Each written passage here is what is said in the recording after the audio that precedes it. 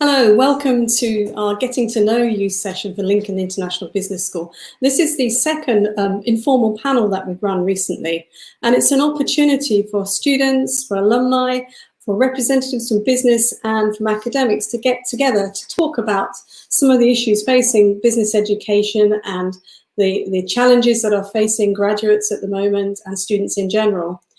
So I've got a really lovely panel, I think, put together from representatives from the local business area. So I've got James Pinchbeck, who's the marketing partner for a top 40 UK accountancy practice firm in Lincoln, but he's actually does a lot more things than that. He's a non-exec director of a national enterprise agency. He's a fellow of the Institute of Directors. He's a chair of Lincoln College, FE. He's a chair of the LIBS Advisory Board, so he's very, very close to us indeed. He's on the board of the Greater Lincolnshire Employment and Skills Committee, and he's the chair of the Greater Lincolnshire Local Enterprise Partnership Growth Hub. So this is someone who is completely embedded within the economy, knows exactly what's going on in terms of skills, in terms of how businesses are changing, and in terms of how things like COVID-19 and indeed Brexit are affecting local businesses and regional businesses. So really valuable person on our committee today. Next to him, I've got Farhan Ahmed, who is the head of marketing and tourism languages. One of the most challenging areas, I actually do think, in a business school at the moment, because with COVID-19, events and tourism have actually taken a bit of a hit. But Farhan will be able to explain and discuss what he thinks is going to happen going forward. And this one is particularly dear to my heart because my son was an events manager until 3 months ago when his entire business collapsed overnight. And he's now rebuilt a new business around him based on the skills he learned through event management. So I'm really keen to hear what Farhan has got to say about what's going to happen going forward. In my corner, I've got Dr. Claire May, who is our specialist in sustainability and education.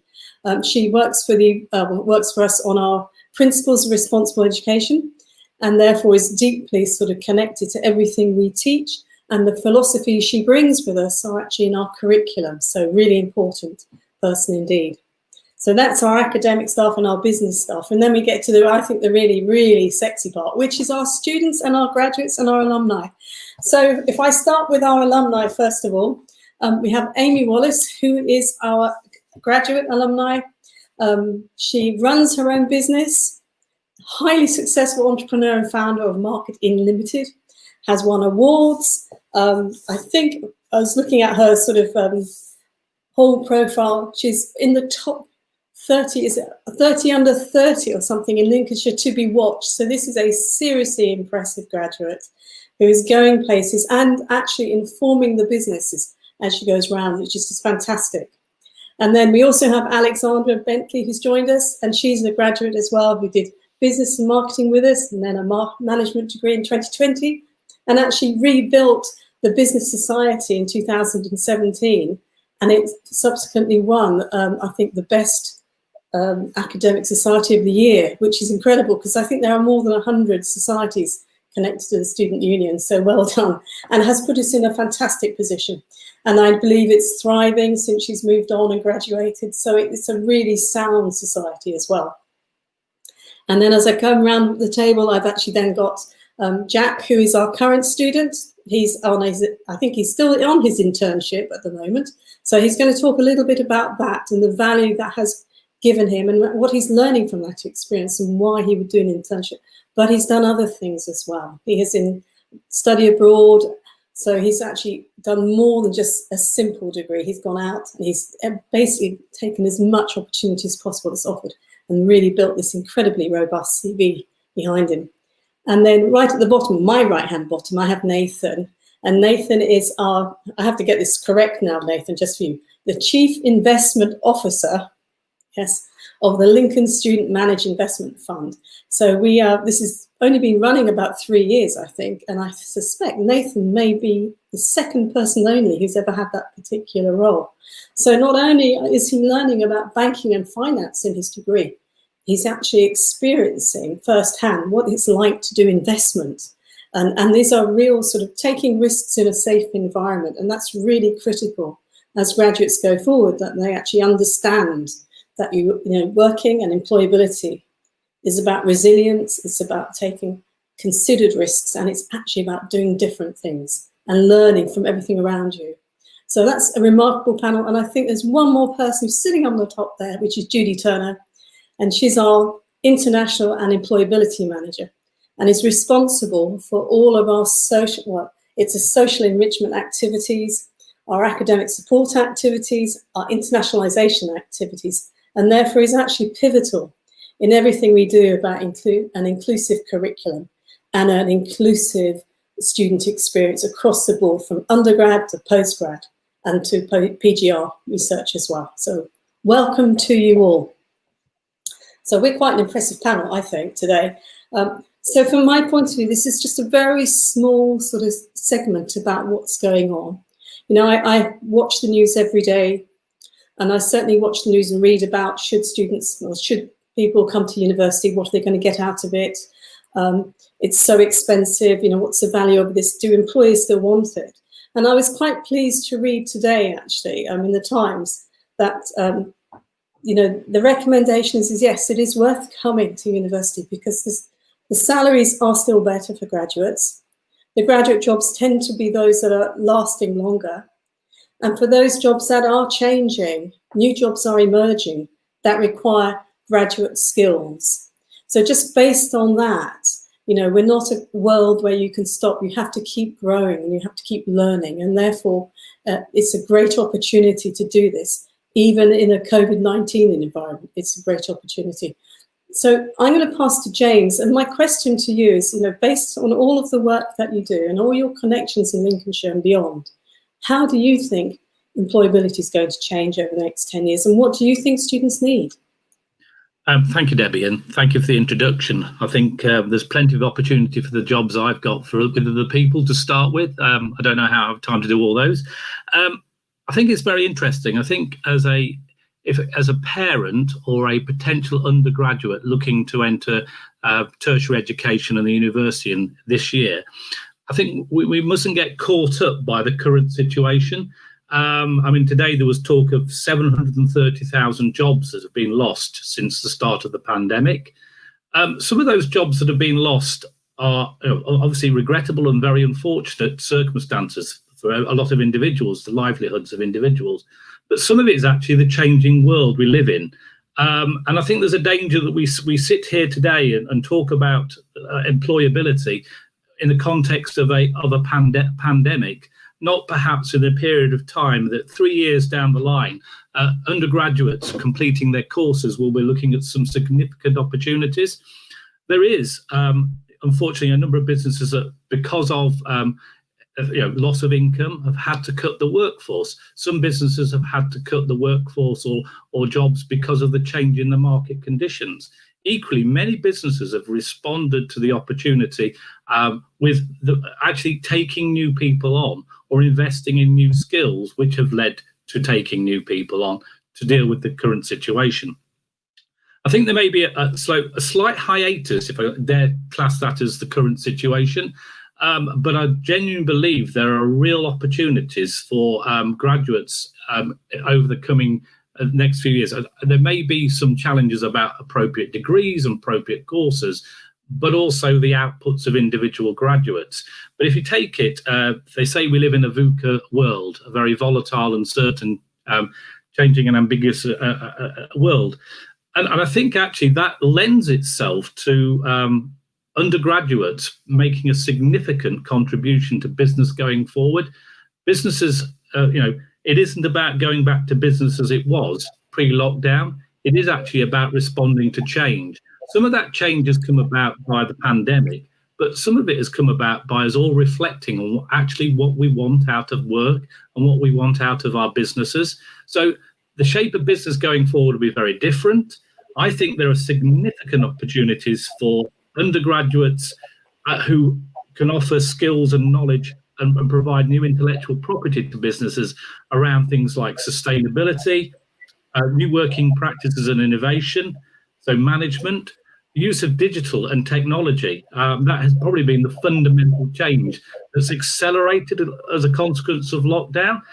We're doing this today, and how many of us have taken part in numerous sessions that we actually could have done before, but we didn't do because we actually physically liked getting together, or we could do. So I think there's around, and we talked about marketing. One of the probably the biggest changes in the current situation has been about the adoption of new marketing techniques, whether markets have changed and marketing promotional activities changed. Internationalization, whilst we are restricted at the moment in terms of what we can do about moving around, I think, and I think Jack and a number of the students have talked about their engagement in internationalization. It is a smaller world. Cybersecurity, ethics and good governance. I think all these are aspects that individuals and graduates coming out of university can offer. I suppose the big challenge is actually for me is more about, I've done a degree, but what sets me apart from other graduates, and where do I want to go and work? I mean, I think the world of work has changed. We've got Amy on this conference this afternoon. You know, increasingly, or perhaps not increasingly, but many graduates will now consider self-employment as employment. You know, they've seen how their parents' jobs have prevailed and the environments that they've got into, and probably gone, that's not for me. You know, I want to do something different. So I think we've got to look at it in a broader spectrum. I think we've got to look at it I think for graduates, is not about just doing a first degree. It's about differentiating yourself. So it may be about professional development. It may be about practical experience. I mean, businesses are looking for well-trained, well-educated individuals who bring new thinking that can apply it in a creative and with some flair and innovation. So it's a mindset thing. And I think just doing a pure degree and hoping you're going to get employment is probably a little limited going forward.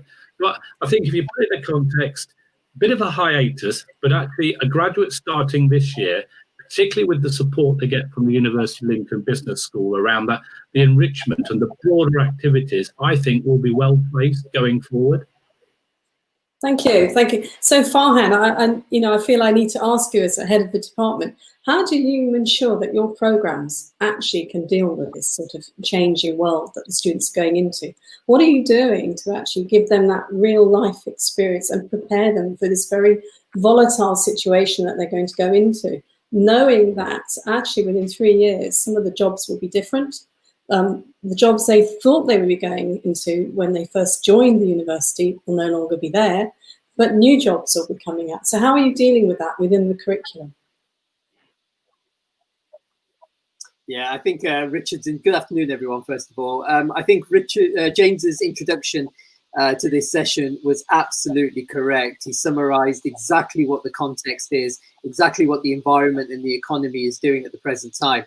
We've obviously had to take a step back and make sure we reflect upon our curriculum as we move forward. And in that period of reflection and in that period of making sure that our curriculum is suitable for what our graduates need in 3-4 years' time, we've inevitably made changes. And to reassure parents and students alike that are thinking of joining the university, whether that be in my particular department or many of the other departments within the college, the key thing to remember is that we will equip students with the necessary skills base that they require. In addition to that, we will ensure that they are industry ready to a certain extent with the transferable skills, with the internationalization that they need, making sure that they have those key core skills that the global graduate market requires. And interestingly, James hit that point perfectly. Whether those be innovation skills, whether they be technological skills, whether they be skills of resilience to a certain extent, those are all absolutely vital in terms of moving forward. And we've been very, very conscious to make sure that we incorporate those within our programs. Some of those are embedded within our academic modules, whilst actually others are embedded within work placement opportunities. They might be embedded in study abroad opportunities. There's a whole range of mechanisms by which our students will come out as rounded graduates. And that's important to remember. And if I could just add to that one element to a certain extent is if you look historically at previous pandemics, or if you look at historically economic crisis such as this, the key thing to remember is inevitably we come out of it. Unfortunately, there are roles and jobs that are lost, as James quite rightfully highlighted, but there is often green shoots of possibilities that emerge as well. And that's what we need to focus on. And as a business school, those opportunities that our graduates have to move into is what we hope to develop within our student body. And that is something that they can then go and exploit within the graduate market. Thank you. I suppose, I mean, when I think, Amy, when I think of what you've done, you chose to set up your own business. How did you come to that decision? Did you just decide one day, that's it, you know, I'm going to do my own thing? Or was it that you decided that you couldn't find something you wanted to do? What was it? So again, thank you for that amazing introduction to start. So I wasn't a young girl thinking I would have my own business. It just happened when I thought more into it. So really, I was working for someone else, and I was actually, I could have had a full-time employment with them, but then I reevaluated my life, and really, I just thought you have one life, and I put 110% into everything. So why do it for someone else? And I've never looked back. And the amazing support from the university as well, it's always been there.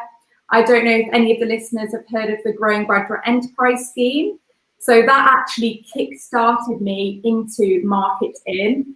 And because I was a student of the University of Lincoln, I know that they've now opened it up to other universities, but I was able to get grant funding and numerous amounts of support. So I think a key point here, Debbie, is to say that if you haven't got it figured out at this point, it's okay. Hopefully you have some sort of idea of what you'd like to do in your future. But considering I started off studying business and marketing, and then I switched to advertising and marketing, now run my own advertising and marketing agency, it just shows not to panic at the start, and that things really do come into fruition if you want it. I think that's really useful, actually, because we're also running something called the Life Isn't Linear program at the moment, where people are just giving a very short 5-minute clip about their degrees and where they've gone. And it's been really interesting with undergraduate degrees. You know, you come in at maybe 18 and you have this view that potentially where you think you're going to go. And in fact, you go all over the place, because actually that's just the springboard into a different world. It just opens doors, and your choices just get bigger and bigger as you go forward. So I think this notion of not having predestiny, but keeping open and thinking in a very sort of creative way about your degrees and what you're going to use them for, I think is definitely the way forward, particularly as the jobs that are going to be available over the next 3 to 5 years are just emerging now. So you do need to be able to respond to that, I think, rather than be this very linear person. Be bendy, I think, is the word for that. Alexandria, you've chosen a different world, haven't you? You've gone off, and I think are you events officer still? I think you are. Yeah, I'm a marketing and events coordinator for a company in Cambridge, an accounting company. And I think when I started university, I would never have thought about being an events coordinator especially for an accounting company. It's not something that you really put the 2 and 2 together for. But I definitely think that with what I learned at university, especially with the finance modules that you get to learn, I'm not really left behind in any conversations. So I do think that you're taught a lot more than you originally think that you will be taught, you know, just what says on the box. So your transferable skills that will go into your like later on in your career. And it just goes to show, like, you have no idea what's going to happen, what company you can end up in, and just get to keep your opportunities open, really. I'm really curious. Why did you reinvigorate the business society? What was it about that you decided you wanted to do? I felt like there was a massive society that was missing, and opportunities to get to meet like-minded people to get to put on events, to meet other inspirational people in Lincoln especially. The end goal was to put on an annual business ball at the end of the year, which ended up, selling out of tickets, and it was phenomenal. And the amount of incredible people that I met during that experience, not just for myself, obviously, being president, but I know that a lot of friendships were created, and especially in this day and age, it just needing connections with people all over the world, because there were so many international students that joined as well. I think it was really, really important, especially, with putting on guest speakers. Like we had someone from Jaguar Land Rover coming in to talk about placements and his placement year. And it just really brought the real world into the university bubble. That's wonderful. I mean, I do think it's important that, the whole thing about a university experience is the connections that you make. They can, you can hold on to a few of them for the rest of your life, and you build on them. That social capital becomes incredibly useful as you go forward. I mean, Jack, are you coming to the end? You've just had an extension, I think, on your internship, haven't you? So you're now in the middle of sort of creating lots of networks. That's correct. So a lot about what I do is at the forefront of the time of what we're experiencing. So our business specializes in cloud solutions for IT businesses. So currently, as a student, I came into the business thinking I'm going to learn so much, meet so many people. In terms of, to put a number to it, I mean, I've built over 2,000 connections on LinkedIn, been able to meet fantastic like-minded individuals like Alexandria just mentioned through an opportunity that maybe the university has allowed me to do. So in terms of, from my point of view, I'm still going through my undergraduates. Every so often I'm getting support from the university in terms of how's your placement going? Is there anything we can prepare for? So there's certainly the opportunity there to make your degree more than just a basic degree. And I think that's one of the big things that attracted me to Lincoln when I was looking for a university, is the study abroad opportunities, learning languages, the internship that I'm currently sitting, and really the fact that it is only going in the right direction. I mean, in terms of rankings, it's climbing, and all the support is there to really build your degree to something that you can take into the real world and start to build upon. So I'm certainly experiencing that firsthand, and I can vouch for it to say it is a fantastic opportunity. So yeah, that's my viewpoint really. Yeah, we're really, really pleased. I think internships and placements and anything to do with getting students engaged in employers is the way forward. Certainly within our undergraduate degrees, there are opportunities for consultancies and all sorts of unusual small projects. And I think just having that client in front of you and doing a client brief teaches so much about communication, teaches so much about professional presentations and how you hold yourself in business. So, and that can only prepare you for when you finally move on and do something else. I mean, I think, Amy, I think that must have helped you as you're setting up your business. Going and asking for funding is not easy, but if you've had to do it, you've had to prepare and do all of that presentation work as well. Exactly. I was actually going to ask to add something in here, so you obviously read my mind. I think being at the university, there were so many speakers that would come in, and one bit of advice that I'd have to myself would be to get even more of the contact details that came in to do the talks. When I come into the university and do my talks, I always say to people in the audience, make sure you come up to me at the end and build your connections, because I think you've got that academia and you'll have your degree, but I think the experience side of it is so important. And myself as an employer, I now look at that. Okay, do they know what they're doing, but have they applied it? So I think although you might not find that you have much free time, I look back and think, oh my word, I did not have a life, but it's paid off because I had the experience and I was also studying and going to all these talks. So I think just really reap all the benefits, and Lincoln, as Jack mentioned, is massively blooming right now. I think now is the time to come to the University of Lincoln. It sounds wonderful. So Nathan, I'm just going to come to you. So you're doing business and I think banking and finance, aren't you? So come on then, you're now an investment officer. What's that like?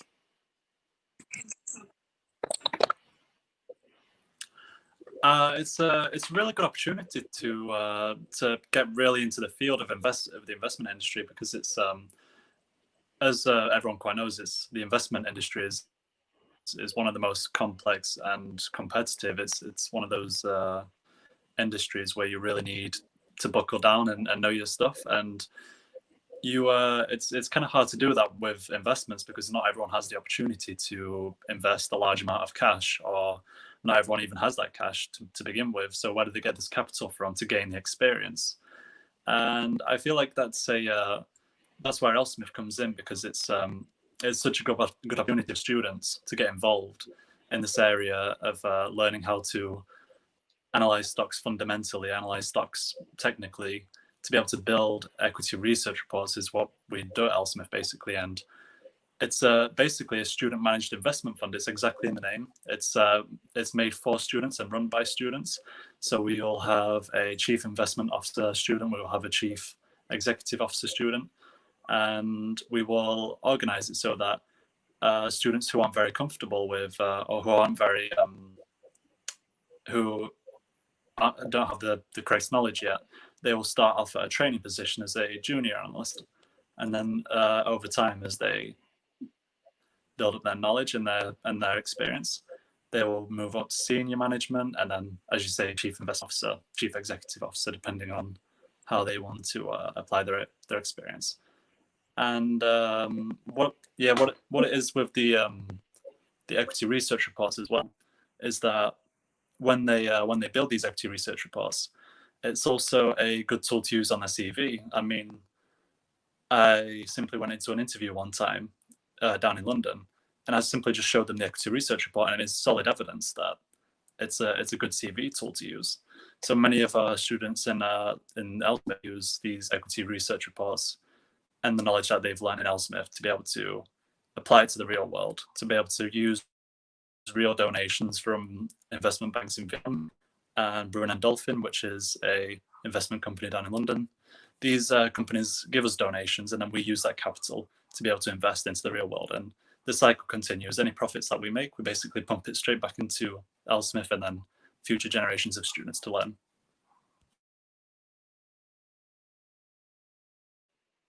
Thanks. That's really, I mean, I think it's the most wonderful initiative out. And I think we are bringing in Bloomberg next academic year, and that will just add even more value to this. So there'll be that opportunity to work in a sort of a quasi-trading environment again. So I think that will really add to the skills and the employability prospects of students who are doing accountancy, finance and banking degrees, you know, because it will give you that real life opportunity. And as you say, it strengthens your CV and it will set you apart that you've been doing these assessments already. But an interesting thing about banking, finance and business in general, and James did allude to this, was we are actually in a very unusual position in that working practices are changing, which means that the ethics and the governance within work is changing.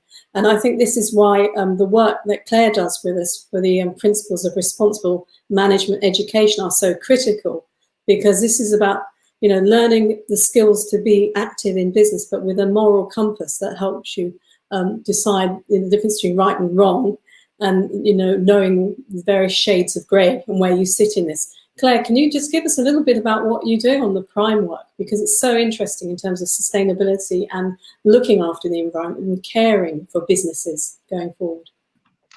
Yeah, absolutely. So again, thank you for the introduction. I'll just say briefly what PRIME is. It is essentially an acronym, as you said, that stands for the Principles for Responsible Management Education.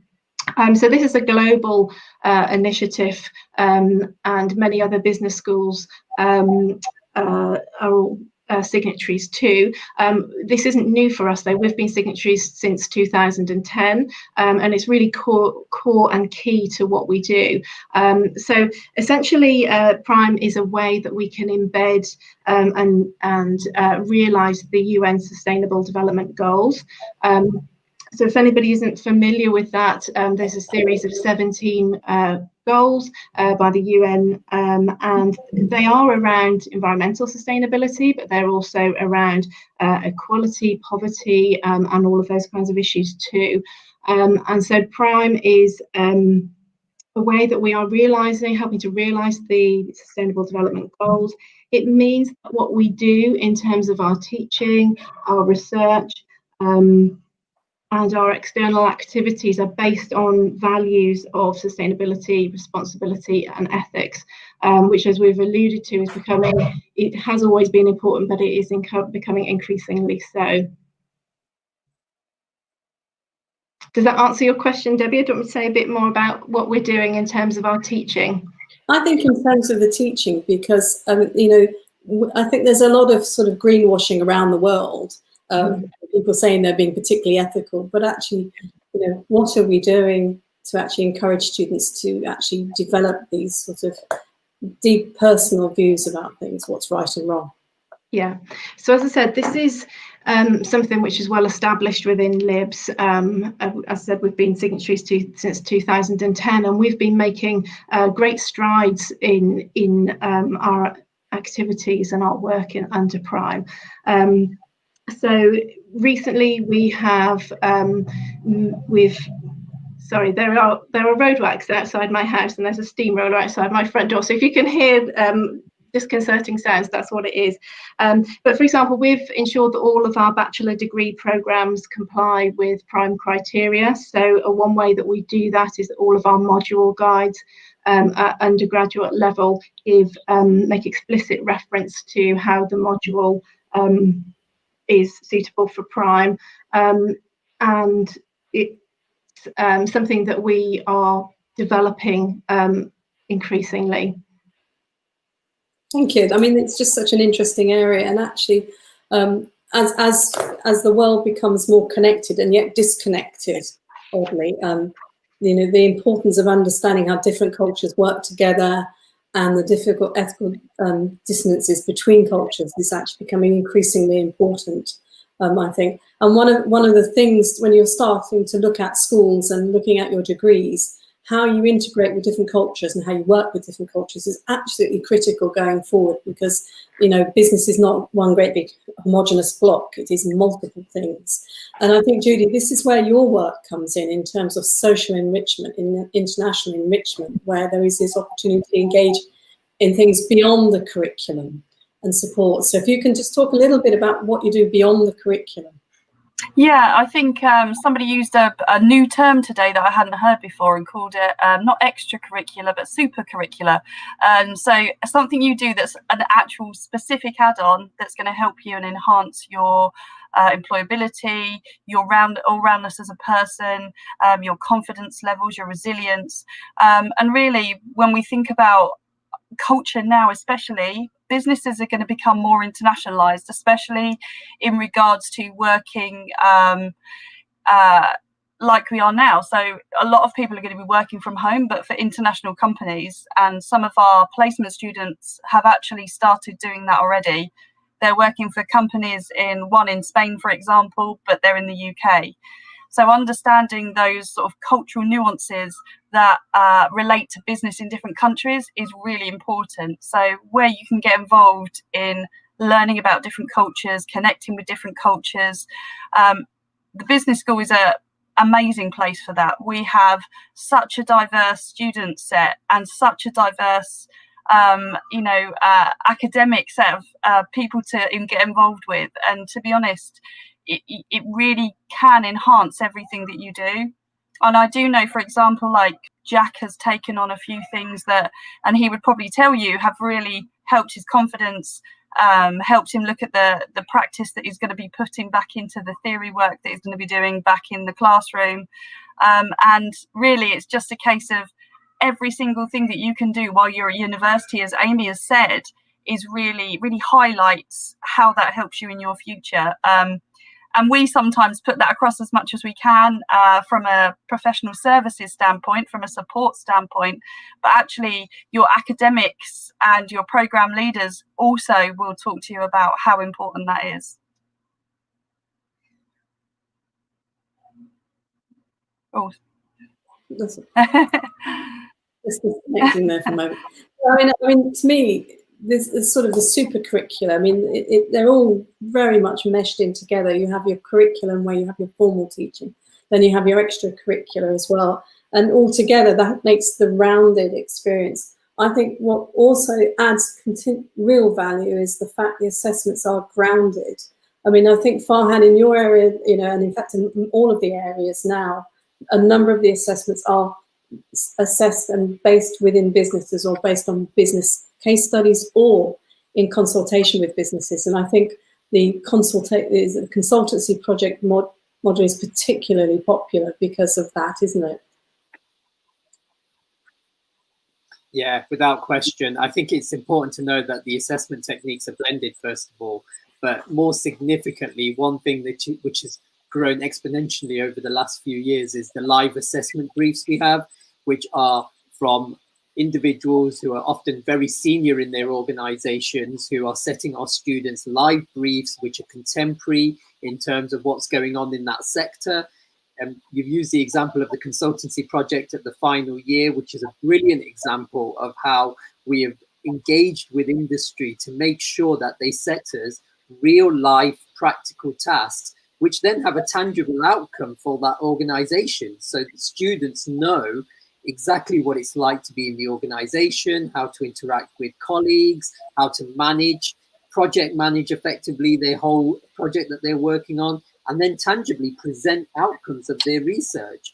And that's something that we are exceptionally proud of. And I know for a fact that Claire has a number of examples that she has in regards to this. One example I just want to highlight is some of the work we do with charities. For example, the St. Barnabas charity is a brilliant one. We do some consultancy project work with. We've been riding high very recently on the successes of Lincoln City Football Club.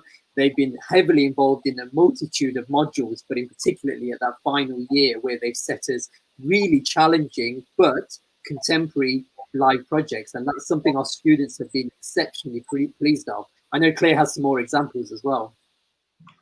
Yeah, sure. So again, this is an example of how Prime is really embedded into our teaching. So there's a module that I teach called Social and Sustainability Marketing, and it's to do with using traditional marketing tools and techniques, but for the social good.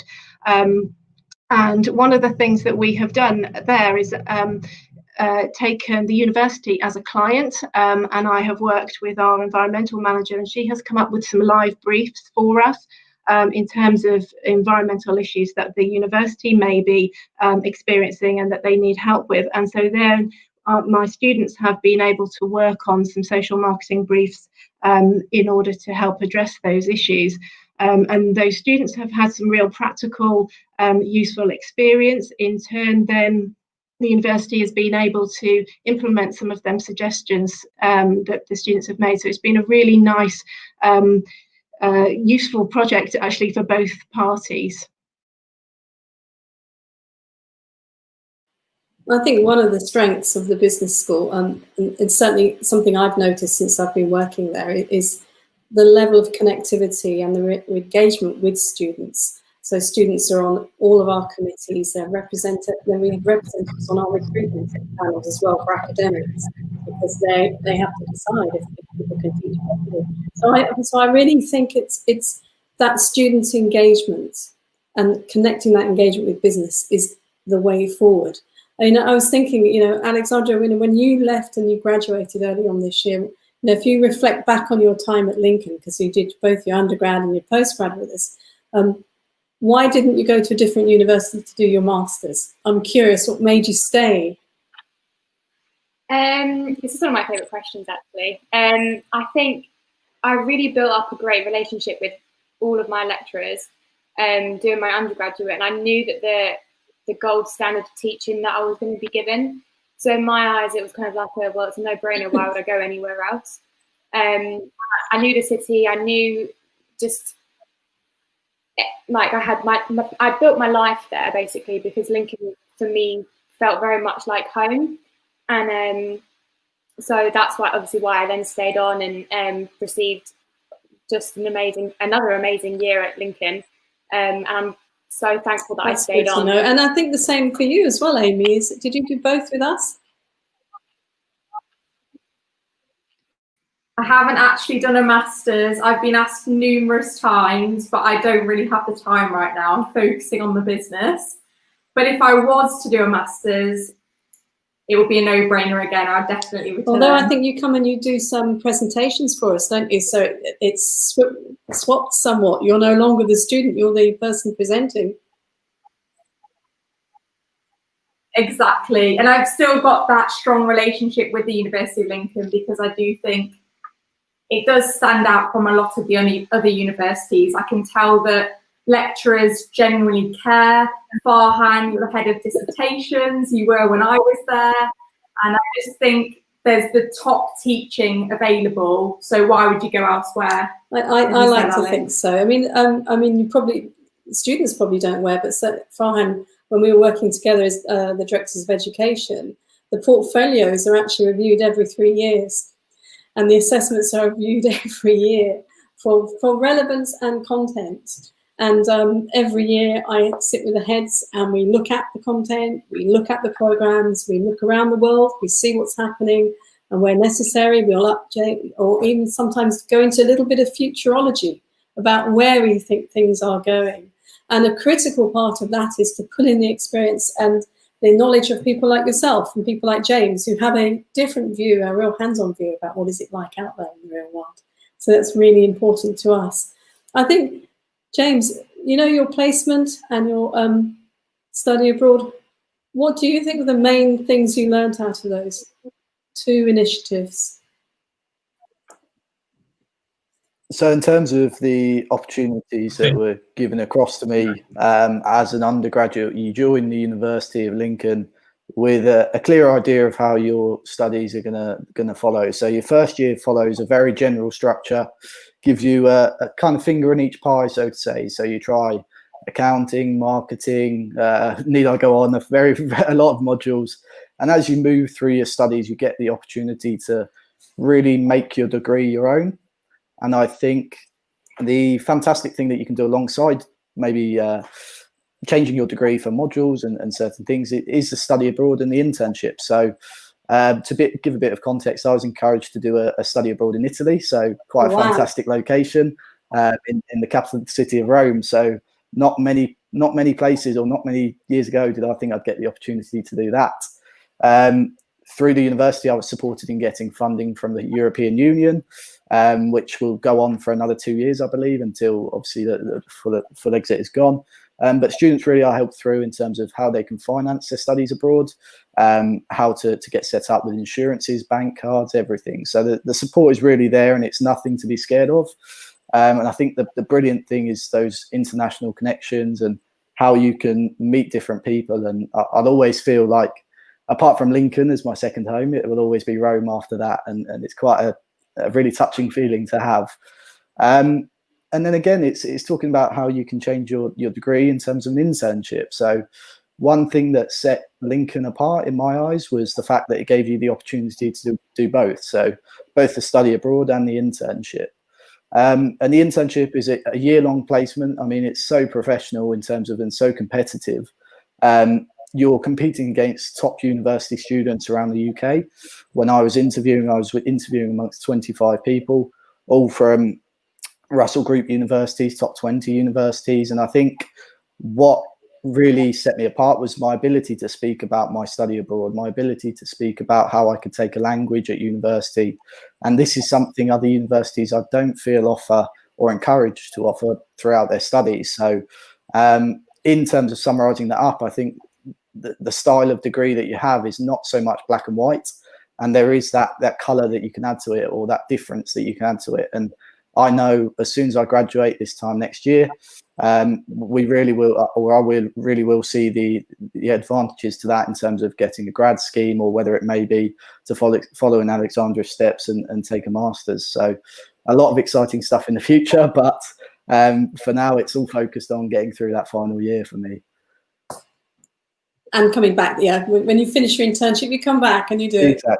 Exactly. I think, were you fluent in Italian before you went to do your study abroad or not? No. So not officially. So I had done about 2 years of studies of preparation models, which were quite kindly put on by the university. And just to give some context to that, it's not just Italian. I mean, I'm sure Farhan knows more than me in terms of how many locations worldwide you can go. But I had comrades on my degree studying Spanish, studying Italian, studying German, and you really can start at any level. So I was entering as a fresh-minded, hoping that I could go out there speaking fluent Italian, but they really did prepare me well, and I felt like I could go a day without speaking any English, but it's something that I'll always carry with me, and it's just another element to your CV and another thing to talk about, and it really is fantastic. So that's wonderful. That's really wonderful. James, I mean, being the sort of chair of the advisory board for the business school, it's been several years now, and I'm curious, how have you seen the school grow and develop over the last 5 years?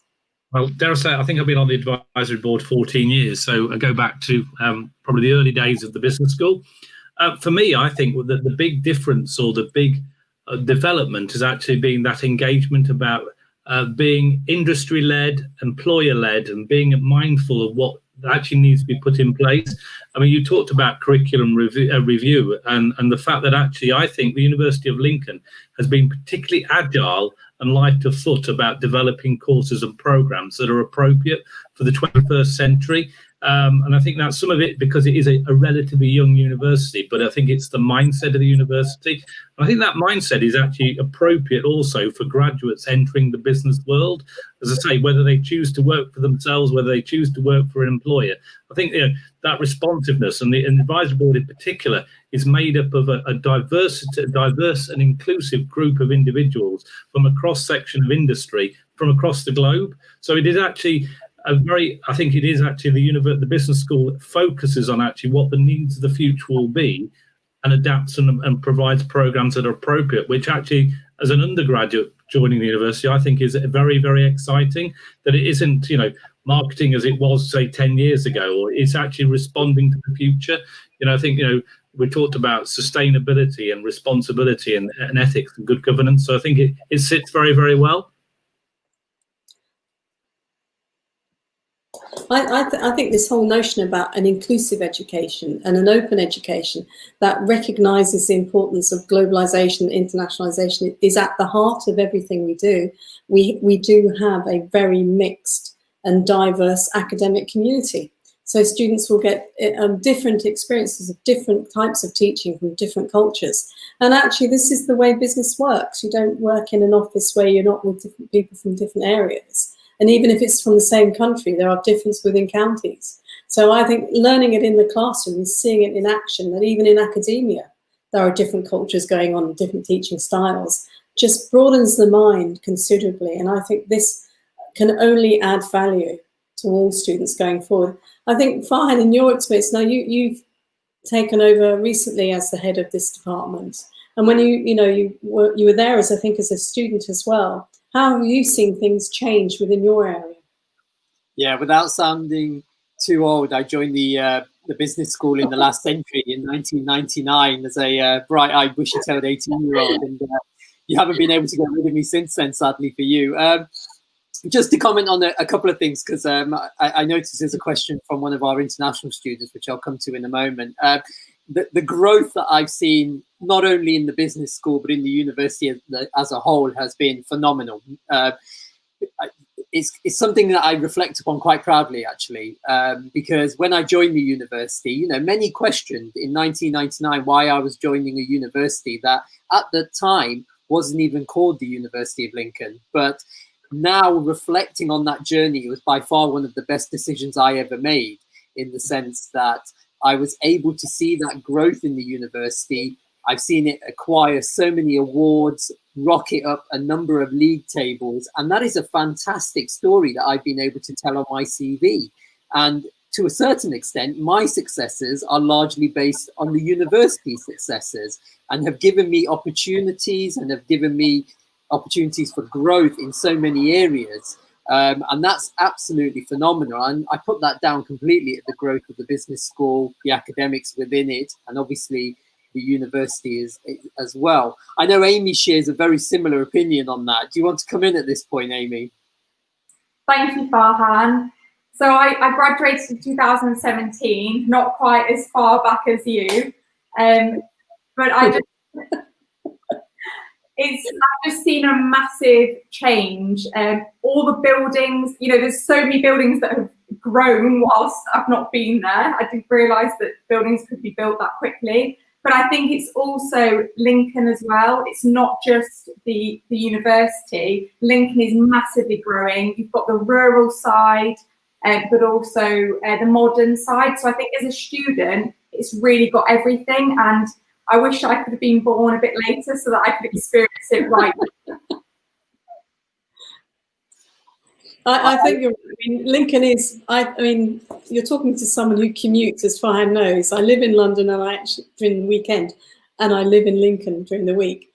And I absolutely love Lincoln. And the things I love about Lincoln is I don't need a car. I can walk everywhere. Everywhere is in walking distance. I particularly like that. I have never felt unsafe in Lincoln, walking in the evenings. It's actually quite a joyous place to walk around.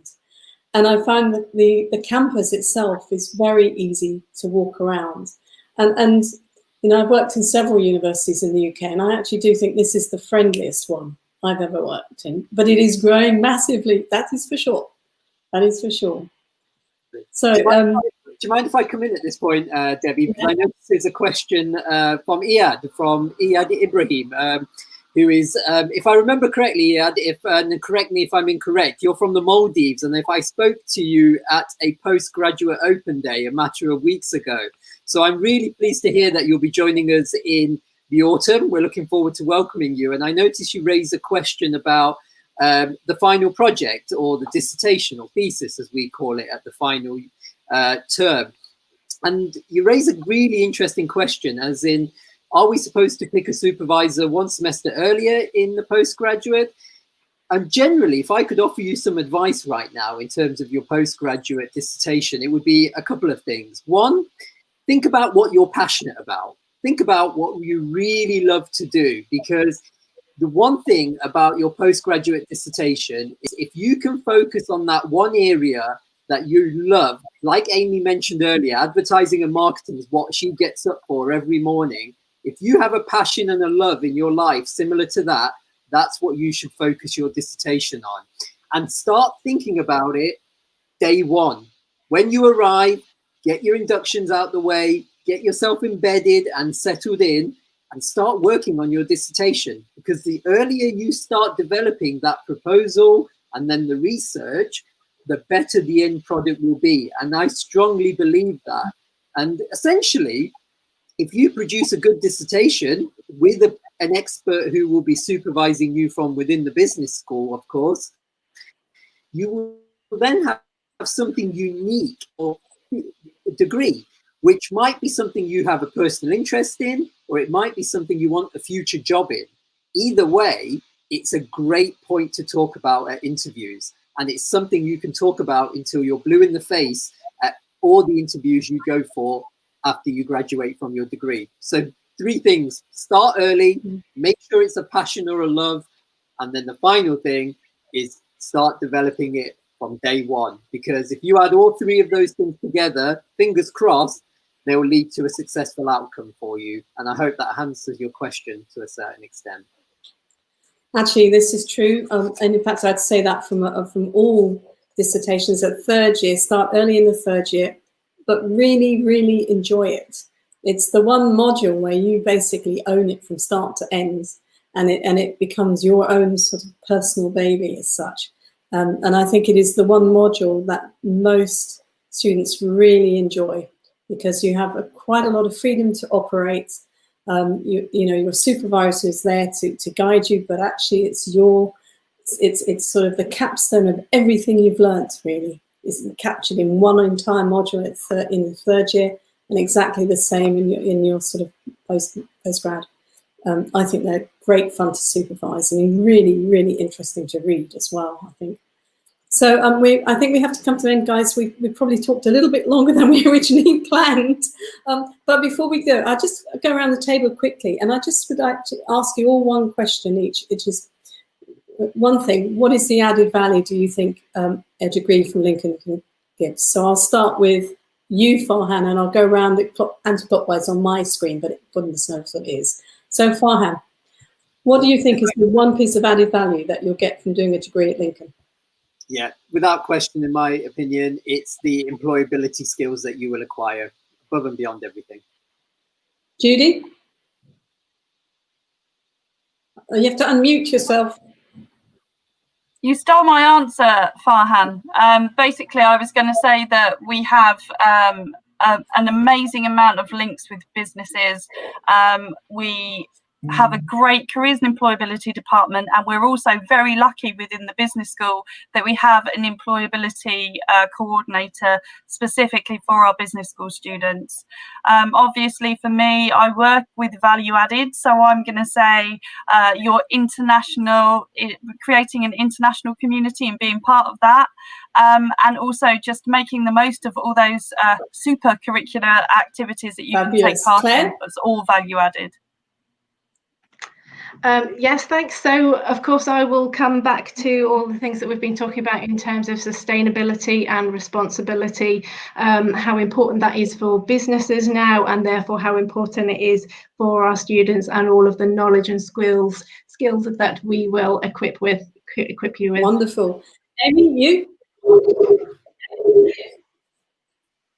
Did you say Amy? Yeah. Brilliant. I would encapsulate it as aftercare, just come up with it on the spot. So I think with the University of Lincoln, you don't feel like you're a student and you're a number and you're just thrown away as such. I continue to speak to academics and continue to speak to Farhan. I think people genuinely care behind the scenes. It's not just a show, and you have on your doorstep a thriving and growing business community. So you'll have your degree, but you don't have to be as worried as afterwards where you'll actually fit into the community. You've got all of that help around you. Fantastic. Jack, your turn. To sum it up nicely in one word, I think the perfect way is opportunity. So whether it be through your studies, your societies, for myself, my study abroad, or professional development. So both while you're at the university and afterwards, I think it's quite clear to gain the idea that these graduates who have gone on to amazing things have all had the university right there behind them and been able to lean on that experience. So for me, opportunity. Wonderful. James? I think what you get is, or not think, I know you get a degree which is relevant for business today and tomorrow, and one that creates value for you as a student. Wonderful. Alexandra? I think for me, it's got to be the extracurricular activity opportunities. I know that a lot of my skills and transferable skills were learned in the opportunities that were available at Lincoln during that time. Wonderful. I think we've probably lost. Oh, Nathan, are you logging back in? Hi, Nathan. What about you? Can you come up with the value added point?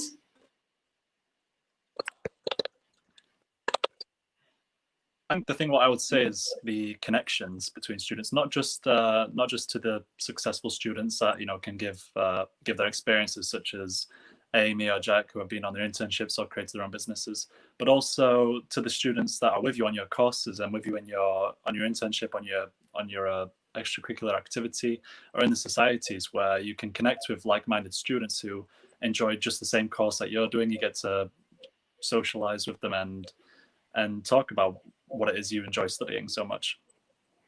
Fantastic. And then finally from me, as deputy head of the college, I think the added value is that you gain a family, a different sort of family. All of the alumni I meet, all my students I meet at every graduation, people stay connected. And I think that's something about this particular business school that you will not find in other business schools. We are very close and a very close-knit community that really cares for each other. And actually, that's what you want going forward, I think. So with that, I'm going to probably switch this off and thank everybody for participating. Thank my students. Thank our wonderful academic staff. Thank the wonderful alumni. You're just impressive beyond belief. And thank James for taking his time out and sort of representing our advisory board. You are super being. Thank you very much. Bye-bye, everyone.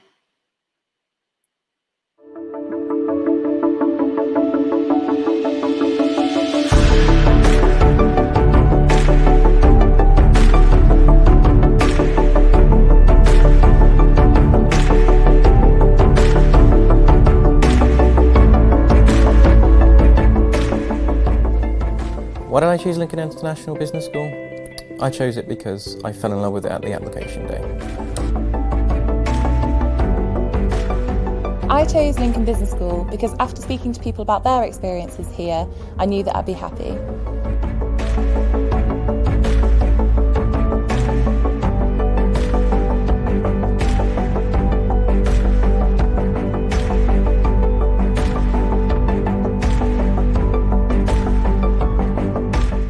So doing a placement gives you so much more confidence when entering the workplace for the first time, because you've got that experience underneath your belt. Not only will you learn loads of new things and discover what you want to do in the future, but you also be more determined than ever when you come back to the final year to complete your degree. Anything I've learned from like marketing to business management, I've put into practice here. I've obviously improved on it. A year working in the business, you achieve incredible things. Hello, my name is Hao Quach. I'm a principal lecturer and program leader for banking and finance. I'm the founder of the Student Managed Fund at the University of Lincoln. The fund is organized the same way as any professional investment company in the real world. It is one of only few of this kind in the UK. Students participating in the fund have the opportunities to meet with experts from the field, and they are given additional trainings to their works. So one of the things I enjoy about being a member of AleSmith is that I get to learn in a practical sense, which I find much more enjoyable and interesting than just learning straight from a textbook. Being part and a member of investment fund is getting many benefits, and the most I enjoy the personal feedback from industry experts. Also, it's a great way to develop presentation skills and soft skills, which are highly important for the world of work. The ultimate goal of the fund, therefore, is for students to gain work experience while they are studying at the University of Lincoln. That helps them prepare for the job market after graduation.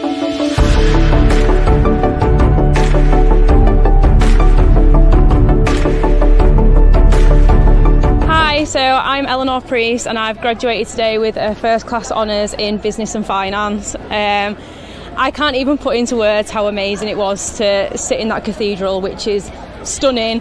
Like, the pictures don't even do it justice. It just feels so surreal, and it's amazing to celebrate with everybody that you've worked with for the past 4 years, and obviously all your family who have supported you throughout. So yeah, it's been amazing, and it's definitely one of my highlights from university.